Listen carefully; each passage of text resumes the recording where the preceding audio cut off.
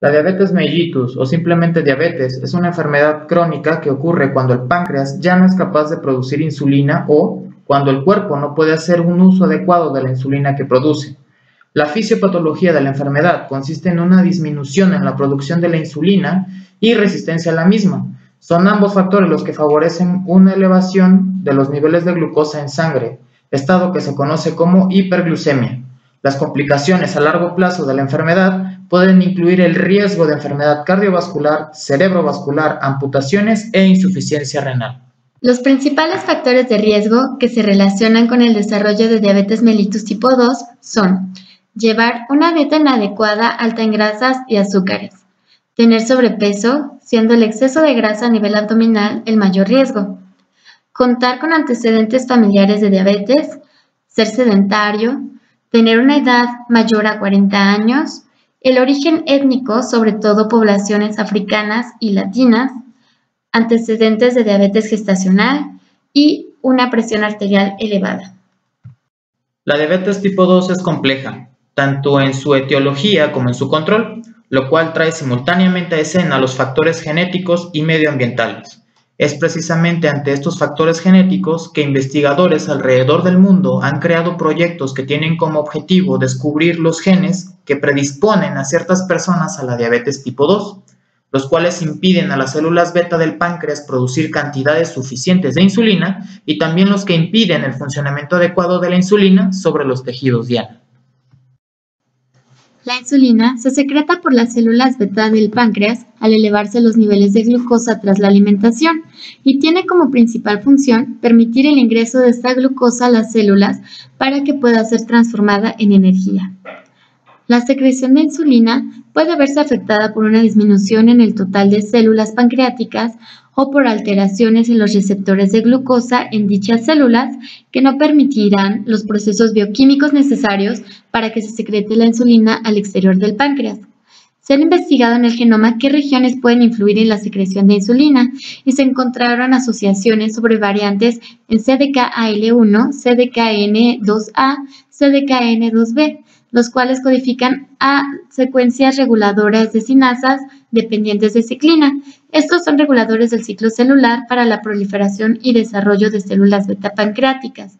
Al encontrarse un polimorfismo, o sea, una variación en el genoma, en estas secuencias puede traer como resultado la disminución en el total de células y por lo tanto una menor secreción de insulina.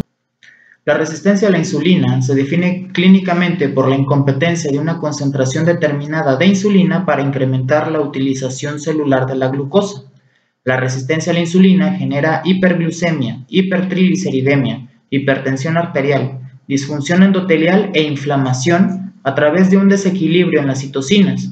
Se segregan en exceso las nocivas como interleucina 6, 18 y TNF-alfa, y en cantidad escasa las protectoras como la adiponectina.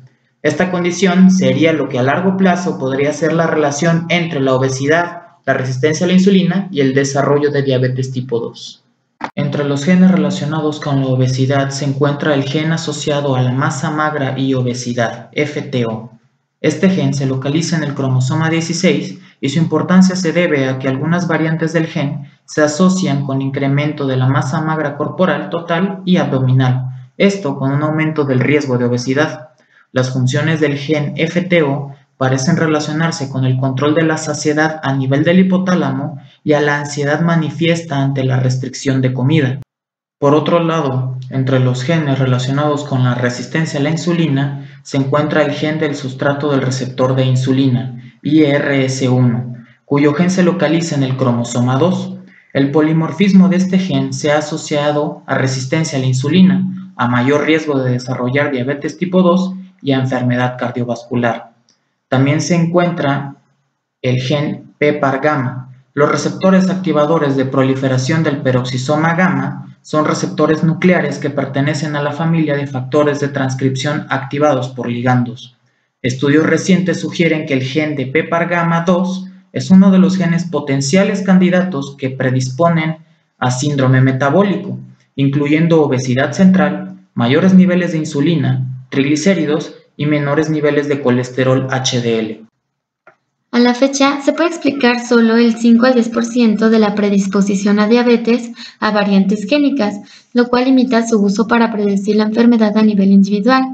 Debido a que es una enfermedad multifactorial, el nuevo enfoque del estudio de la diabetes busca integrar la asociación entre factores genéticos y ambientales que aumentan la predisposición a la enfermedad y llevan al desarrollo de la misma. La importancia de conocer las variaciones genéticas que aumentan el riesgo para desarrollar diabetes nos ayudará a entender a mayor profundidad los mecanismos fisiopatológicos y moleculares de la enfermedad, así como un diagnóstico de los subtipos de diabetes, el desarrollo de tratamientos individualizados para el genoma de cada individuo o cada población. Aquí es donde interviene la investigación en nutrigenómica y nutrigenética. La primera estudia cómo la dieta puede interactuar y modificar la expresión de genes, y la nutrigenética estudia el efecto de las variaciones genéticas y su interacción con la dieta y salud, con implicaciones para poblaciones